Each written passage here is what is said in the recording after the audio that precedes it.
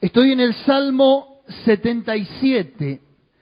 Salmo 77.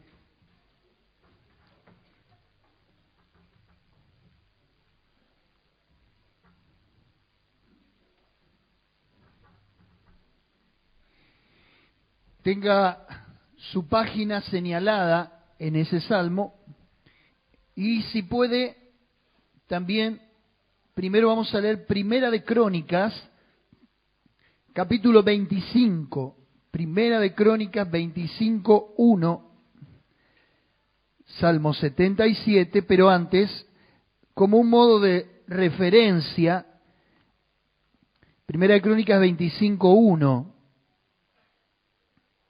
dice la palabra del Señor de esta manera: Asimismo David y los jefes del ejército apartaron para el ministerio a los hijos de Asaf, de Emán y de Jedutum, para que profetizasen con arpas, salterios y címbalos, y el número de hombres idóneos para la obra de su ministerio fue: de los hijos de Asaf, Zacur, José, Netanías y Azarela, hijos de Asaf, bajo la dirección de Asaf, el cual profetizaba bajo las órdenes del rey.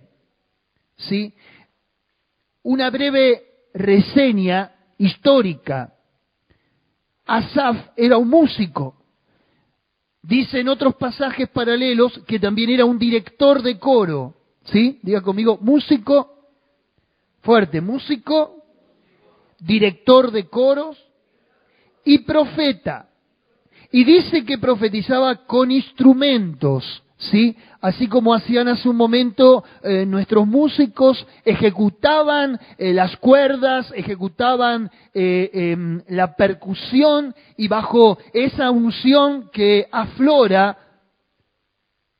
de la alabanza y de la adoración que se le brinda a Dios, bajo esa unción y bajo ese clima espiritual, eran inspirados y declaraban las grandezas de Dios. En ese sentido es profetizar, no significa el hecho de dar un futuro anticipado, ni un vaticinio, ni un oráculo, sino el hecho de exaltar las grandezas de Dios. Tiene ese carácter la profecía de Asaf.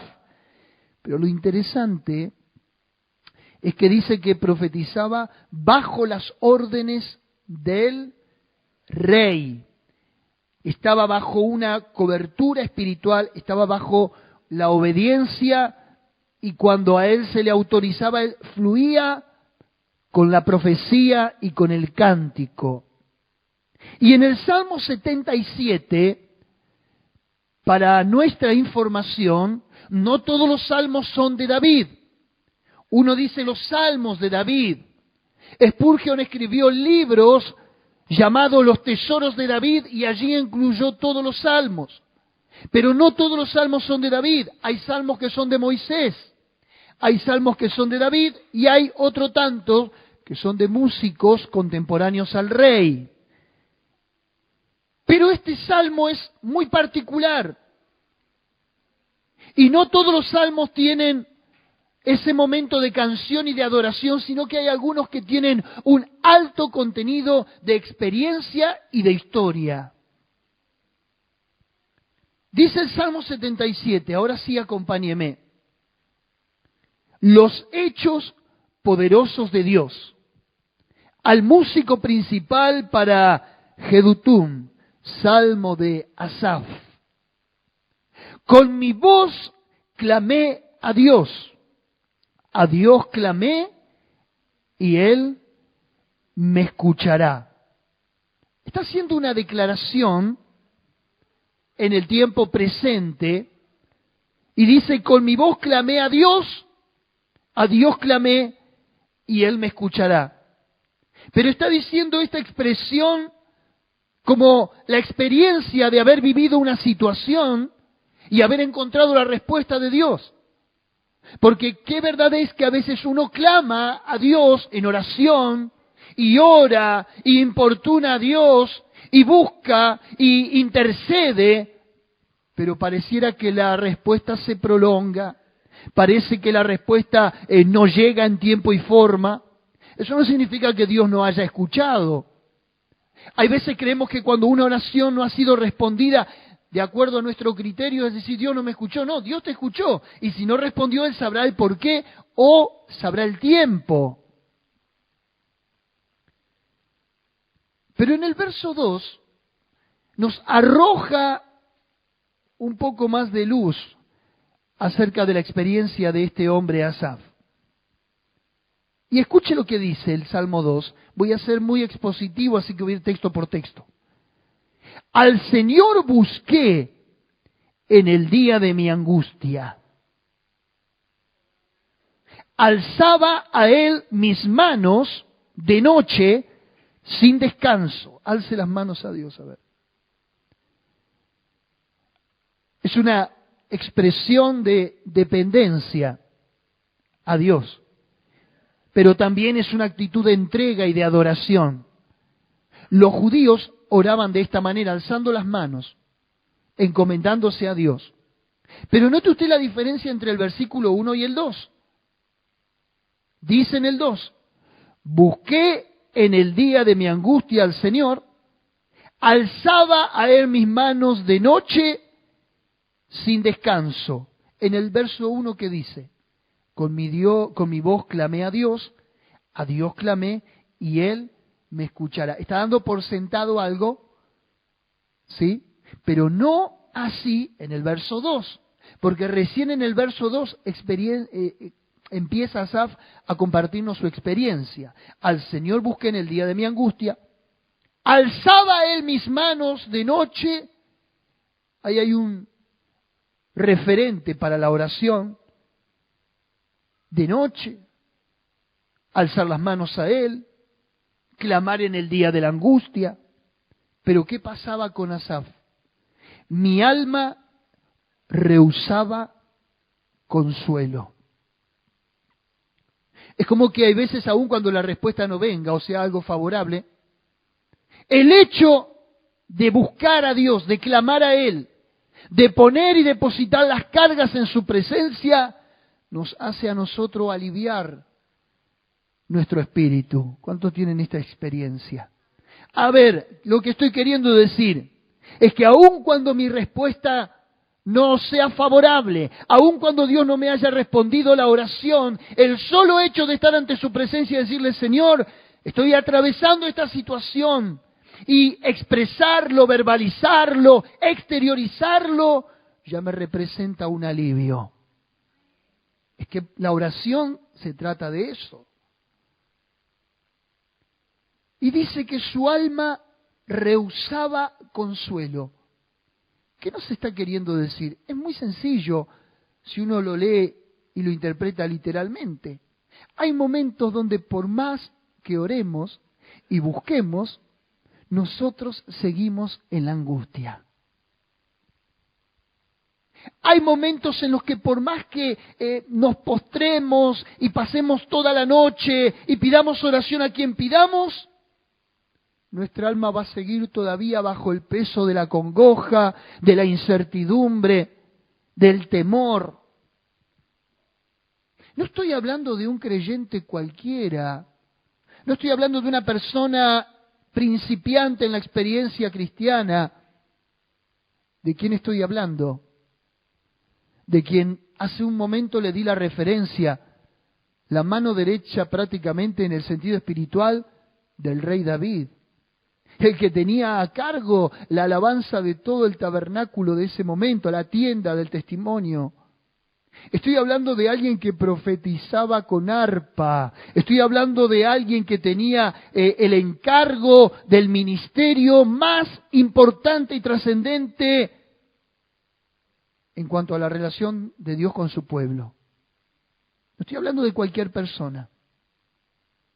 Hay veces creemos que porque alguien tiene un llamado, hay veces creemos que porque alguien tiene un ministerio, a veces creemos que porque pesa la responsabilidad de la conducción de determinada obra de Dios, la persona ya está exenta de crisis, o ha logrado evadir los conflictos. Pero vemos que este hombre, que era sumamente espiritual, altamente espiritual, de hecho Dios lo consideró para ponerlo en el libro de los Salmos como un autor, dice: alzaba él mis manos de noche sin descanso y mi alma rehusaba consuelo. Diga conmigo, ¿cuántos más yo? Que comparado con este hombre, tengo mucho que aprender. Y mire lo que dice el verso 3, porque esto es a modo de introducción. Me acordaba de Dios y me conmovía. ¿Cómo?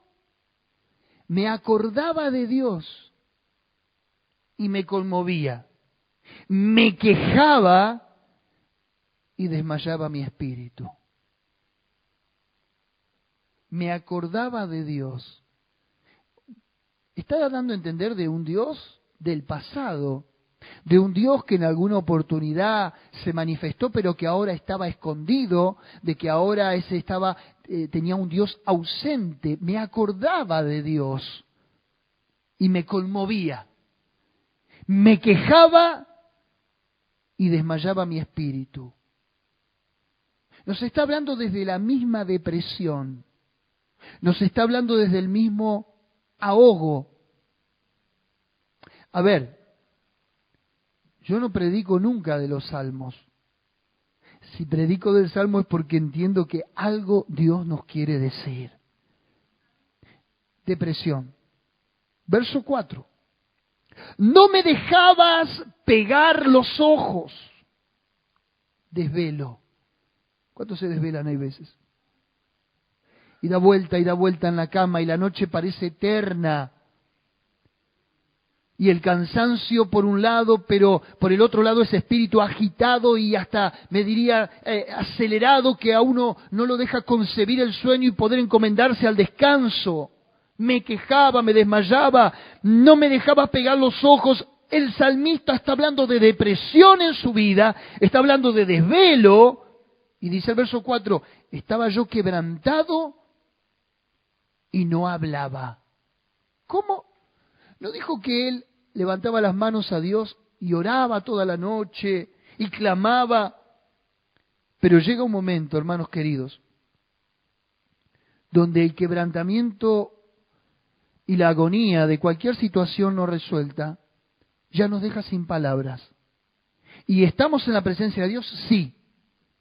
Pero estamos más que verbalizando una oración, dejando que Dios lea nuestro espíritu y nuestro corazón. Ahora, dice el Salmo, el versículo 5, consideraba los días del principio, los años de los siglos. A ver, vamos a hacer una recapitulación. Verso 3, me acordaba, me conmovía, me quejaba, estaba quebrantado, consideraba los días del principio, los años de los siglos. Este hombre estaba viviendo en el pasado. Verso 6.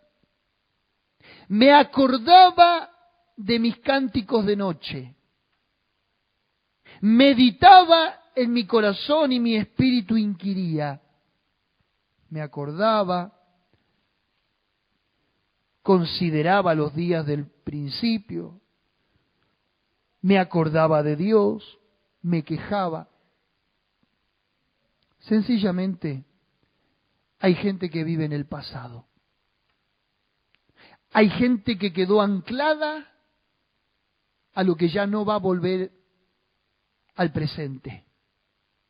Hay gente que queda ligada a experiencias pasadas, sean buenas y dignas de repetir, o sean malas. El salmista estaba en una crisis. Y si está escrito, vuelvo a ser redundante con esto, es porque algo nos quiere decir. Y porque nosotros, al leer el Salmo nos lee a nosotros. Porque somos así. Y porque Dios encontró un hombre que pudiera transparentar sus sentimientos, sincerarse y blanquear y ser expresivo con lo profundo de su corazón. A lo mejor nadie quiere mostrar sus miserias, ni lo que le pasa por dentro. Es preferible, hay veces, mostrarnos bajo una fachada espiritual, hay veces es preferible dar a ver a los demás o dar que pensar a los demás que estamos bien o que tenemos la circunstancia bajo control. Pero aquí hay un hombre que abre su corazón, hay un hombre que se muestra tal como está. Y vemos a un Asaf, un siervo de Dios, un ministro que muestra sus miserias.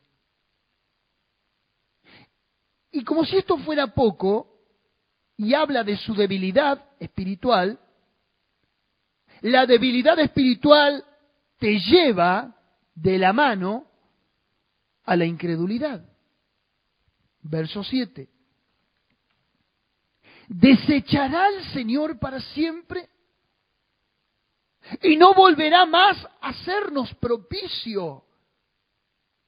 Fíjese que cuando estamos mal, ya hasta ponemos en tela de juicio el carácter y los atributos de Dios.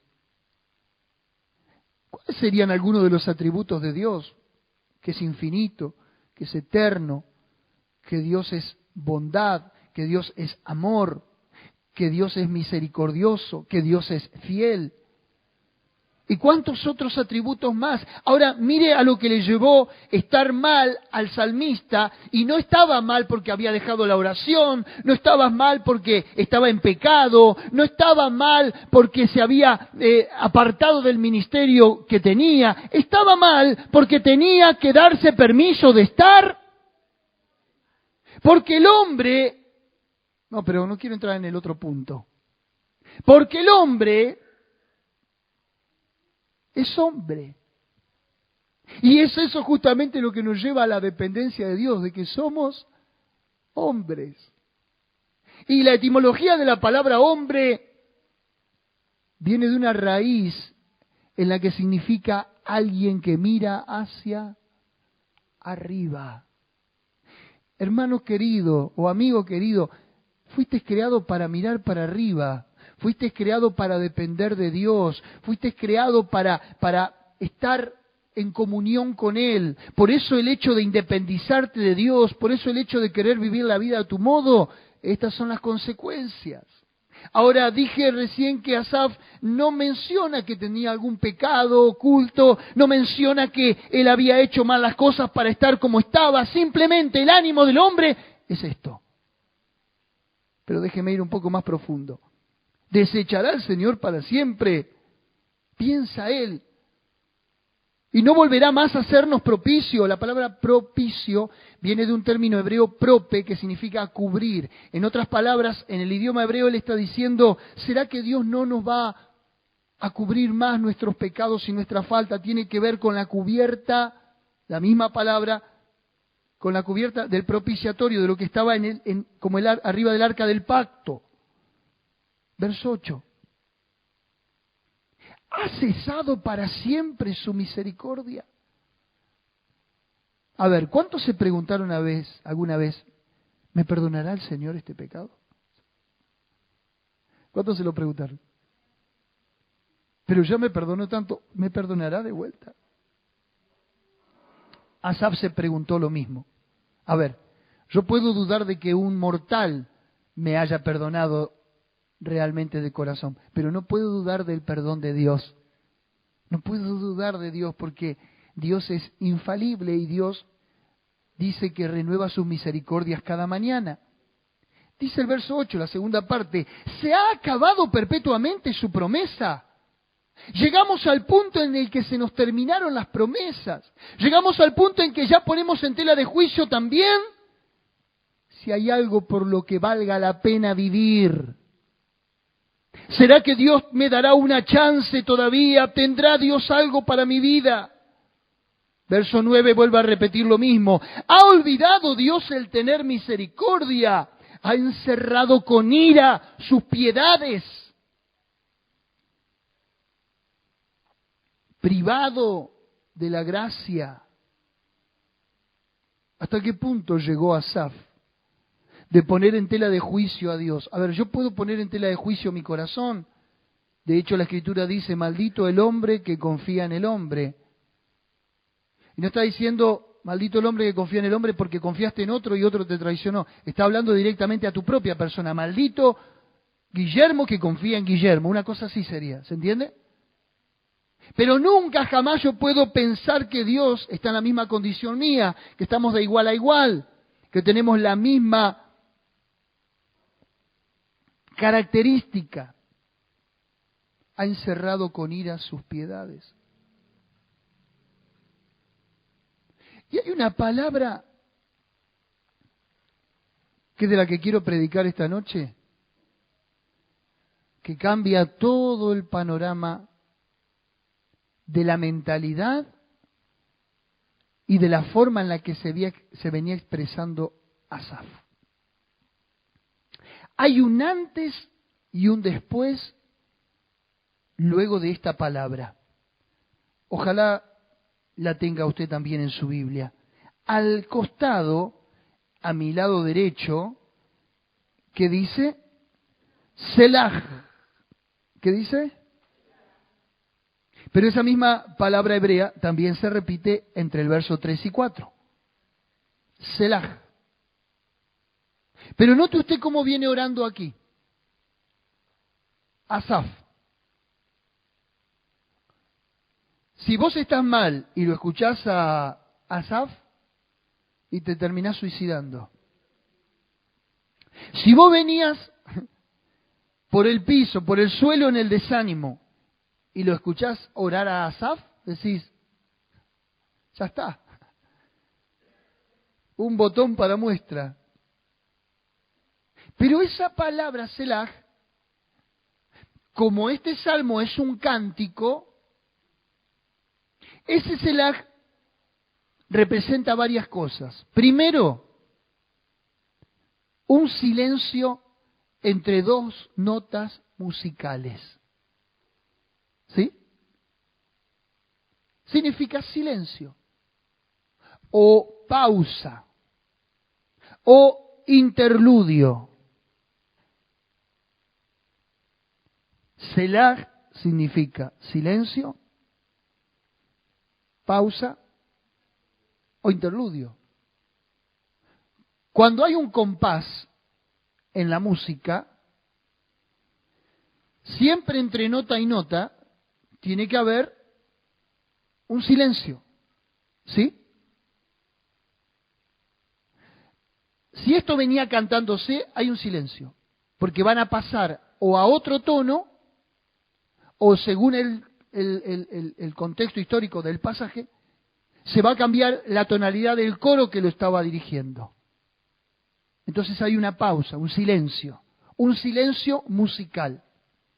Pero la misma palabra también se utiliza dentro de la poesía hebrea bajo el término de meditación. Meditar, suspender, pensar.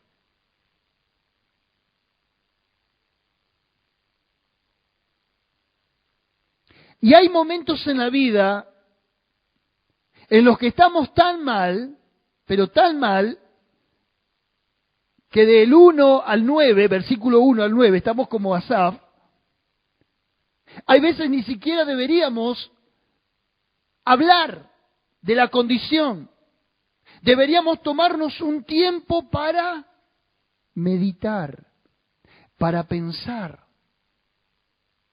Porque en ese espacio y en ese silencio que tanto Dios como la vida nos otorga, porque hay veces Dios habla y habla fuerte y habla constante y es recurrente y prolongada su voz, pero hay momentos en la vida cristiana donde hay un silencio. Y por ahí estás clamando y clamando y orando y levantando los brazos y bajando los brazos. Y desvelado y orando y pidiendo oración y yendo a la iglesia. Pero lo único que se puede dilucidar es tu corazón arrastrándose en la miseria. Pero ese Selah es lo que ahora va a cambiar todo el panorama. Y quiero ser recurrente con esto. Hay gente que tiene un silencio en las relaciones. Hay gente que tiene silencio en su economía.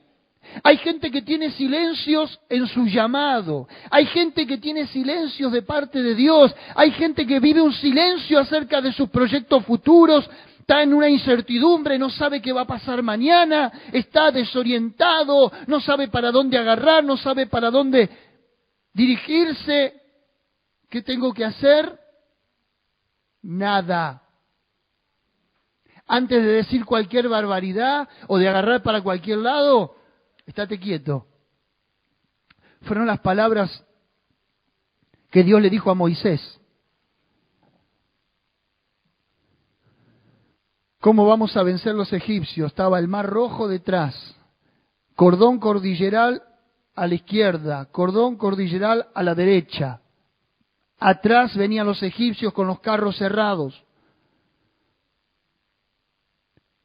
Dios le dijo, Jehová peleará por vosotros y vosotros estaréis tranquilos. Pero antes le dice algo, estad quietos y ved la salvación de Jehová. Hay gente que tiene un temperamento impulsivo, hay gente que tiene un temperamento colérico, hay gente que no puede estar quieta, no puede esperar, quiere las soluciones ya, quiere las respuestas en el momento. Pero Dios dice, estad quietos y ved la salvación de Jehová. No hagas nada. Hay momentos donde la inoperancia, en este caso, juega a tu favor porque se manifiesta con mayor intensidad el poder de Dios. Fíjate hasta dónde había llegado este hombre, ministro de Dios, que estaba poniendo en tela de juicio el carácter de Dios. ¿Y por qué estoy diciendo que ese silencio, ese selah, esa meditar, esa pausa, cambió todo el panorama de la vida de este hombre? Porque mira lo que dice el verso 10. Dije, enfermedad mía es esta. ¿Cuándo dijo eso? Bien, después de la pausa, después del silencio, después de meditar, después de tomarse ese espacio, dije, enfermedad mía es esta. ¿Sabe qué dijo? Yo soy el problema. No Dios, no las circunstancias. Basta de buscar culpables, basta de buscar terceros. La traducción del lenguaje actual dice, qué doloroso es darse cuenta. Porque encima que a veces estás mal, crees que, estando así, tenés la razón por las cuales estar así, y sos dueño de la verdad y defendés tu verdad. Pero en el lenguaje actual me encanta porque el traductor lo puso en estos términos. Enfermedad mía es esta, dijo Asaf. El traductor puso, qué doloroso es darse cuenta. ¿Sabes qué dijo en otras palabras? Yo soy el problema, es doloroso darse cuenta. Pero también dijo, el conflicto está en mí. Estoy loco de pensar así de Dios. Qué bueno que es Dios y qué misericordia, porque después de tanto y tanto y tanto que hace por nosotros y que nos ama y nos perdona y nos restaura y nos provee, que nosotros pensemos que Dios encerró sus piedades para nosotros bajo su ira, que Dios le puso candado a su misericordia. Qué triste que es pensar así. Yo lo traduje de esta manera. ¿Qué estoy diciendo?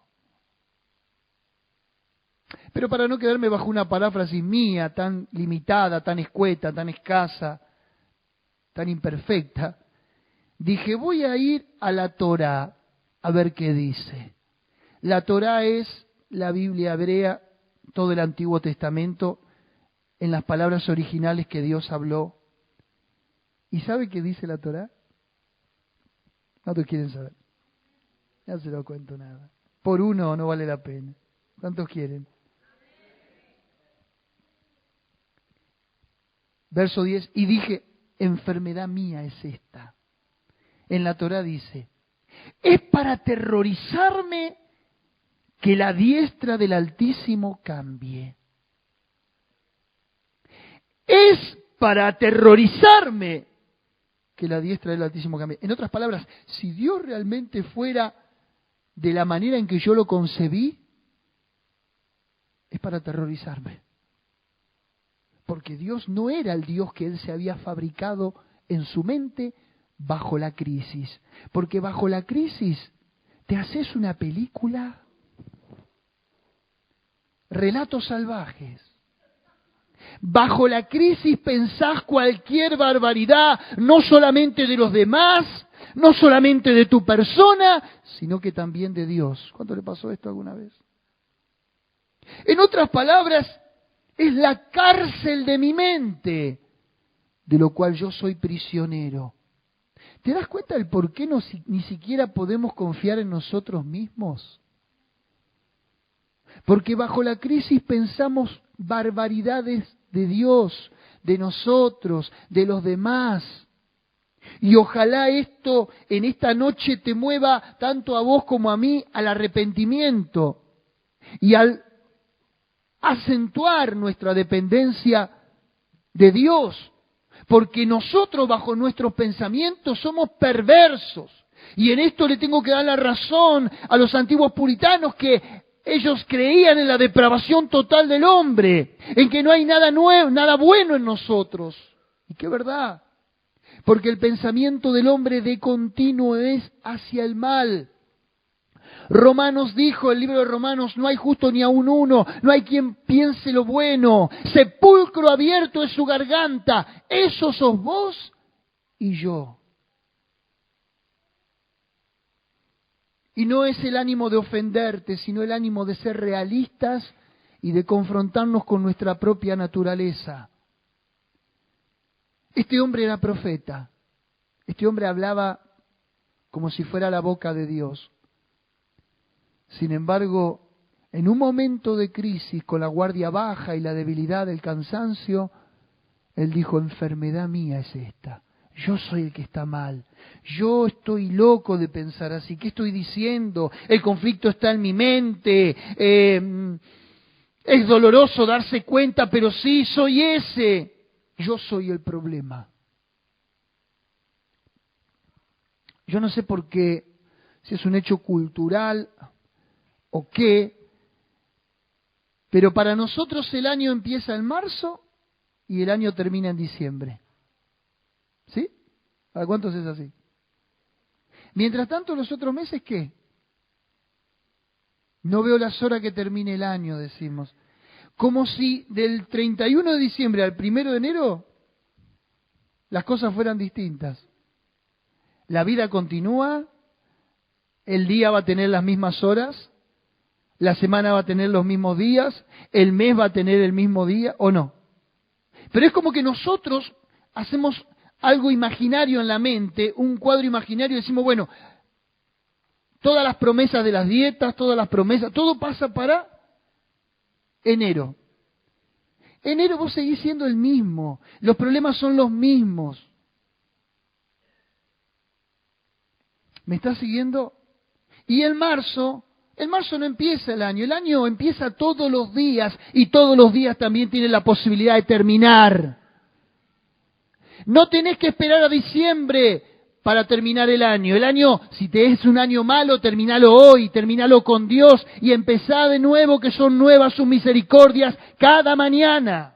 Es hora hoy que nos demos cuenta que la enfermedad somos nosotros. Nosotros tenemos la enfermedad de pensar mal de Dios, de poner en tela de juicio sus atributos y de hacer mamarrachos con nuestra vida.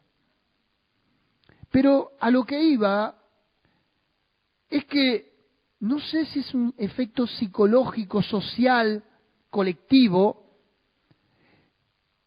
que a esta altura ya estamos todos diciendo, octubre, con razón, estoy cansado, no doy más, no veo las horas que el año se termine. Este ya está bostezando. Ya termina el culto. Nada, chiste. ¿Cuántos escuchan eso? ¿Cuántos confiesan eso? Estamos enfermos,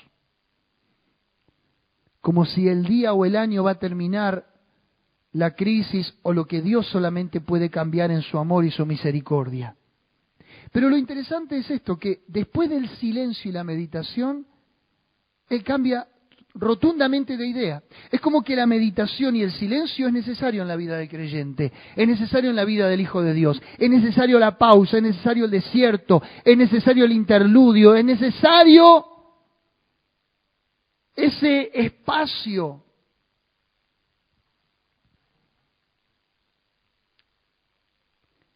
San Jerónimo decía que ese Selah significa el destino de una persona. ¿Por qué? Porque ahí uno define, porque ahí uno decide.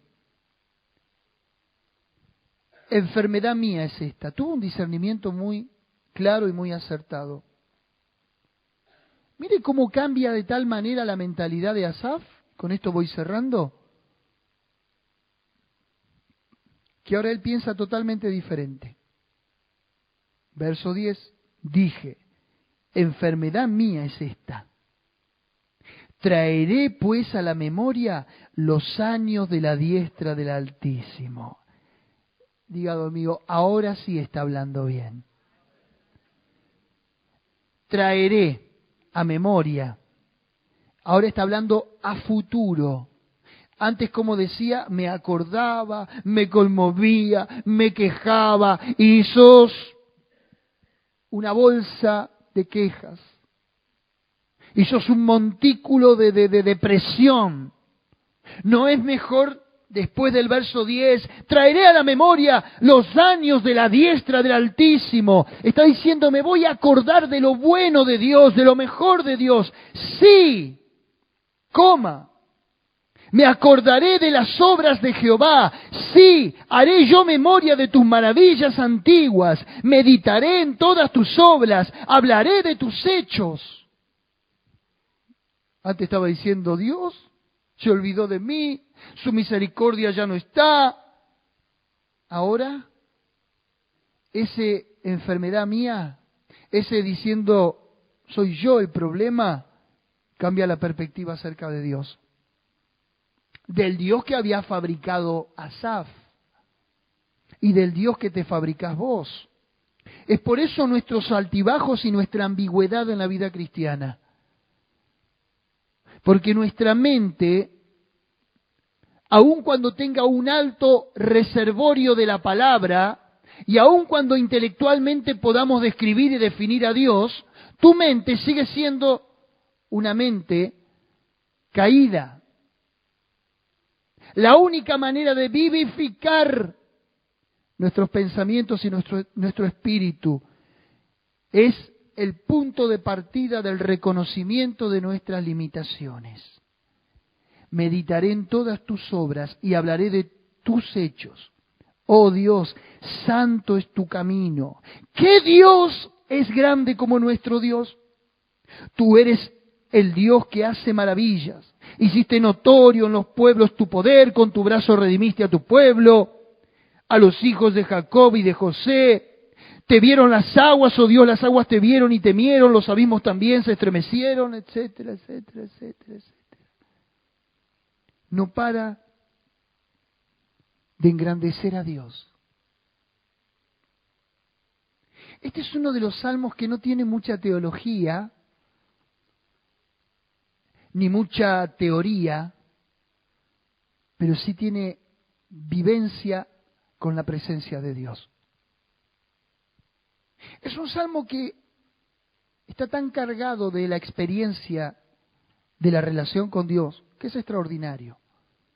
Porque nosotros somos eso.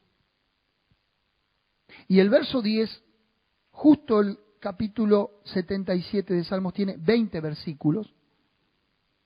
10 son patéticos, pero los otros 10 son extraordinarios.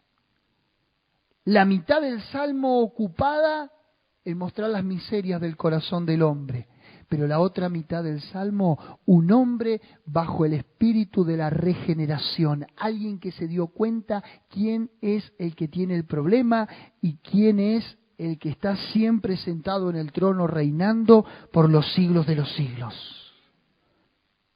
Meditaré, me acordaré, hablaré. Ese es el lenguaje que tenemos que tener. No, me acordaba, meditaba, oraba. Estás hablando continuamente del pasado. Tenés que comenzar a hablar del presente y del futuro. Tenés que comenzar a hablar del proyecto. Tenés que, a partir de este momento, empezar a direccionar tu vida.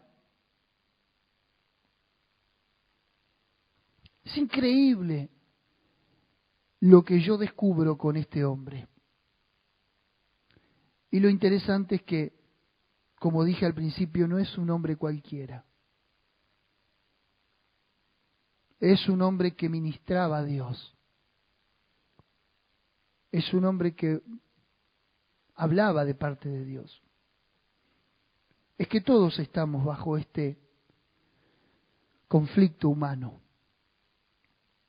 Todos tarde o temprano vamos a pasar por el silencio. Y si en este día y en esta noche fabricaste un Dios de acuerdo a tus circunstancias, tómate el tiempo para meditar. Tómate el silencio, tómate el espacio, no decidas nada. No, olvídate de lo operativo que vos puedas hacer en la vida para resolver otras cosas. Las cosas espirituales se arreglan espiritualmente. Primera de Corintios dice, acomodando lo espiritual a lo espiritual, las cosas de Dios al hombre de Dios. Basta de concebir a Dios bajo nuestra mente carnal, limitada, corrupta. Dios sigue siendo Dios por los siglos de los siglos. Una palabra que cambia todo el panorama. Una palabra que hoy va a ser un disparador para vos, para empezar a hablar bien de Dios. Porque aunque vos no verbalices lo que pensás de Dios o de la circunstancia, tu vida, tu realidad habla de lo que sos por dentro.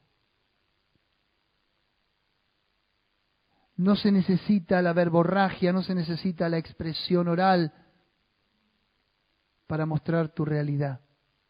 Tus hechos, tus actitudes hablan del Dios que tenés. Asaf lo dijo como para mostrarnos cuál era el punto. Enfermedad mía es esta. ¿Habrá alguien en esta noche que está enfermo y no tiene nada que ver con una afección física? Enfermo en su alma, enfermo en la distorsión del concepto que tiene de Dios. Vos podés ser la peor persona, pero Dios, como no cambia, vas a volver a ser el mismo ante los ojos de Dios.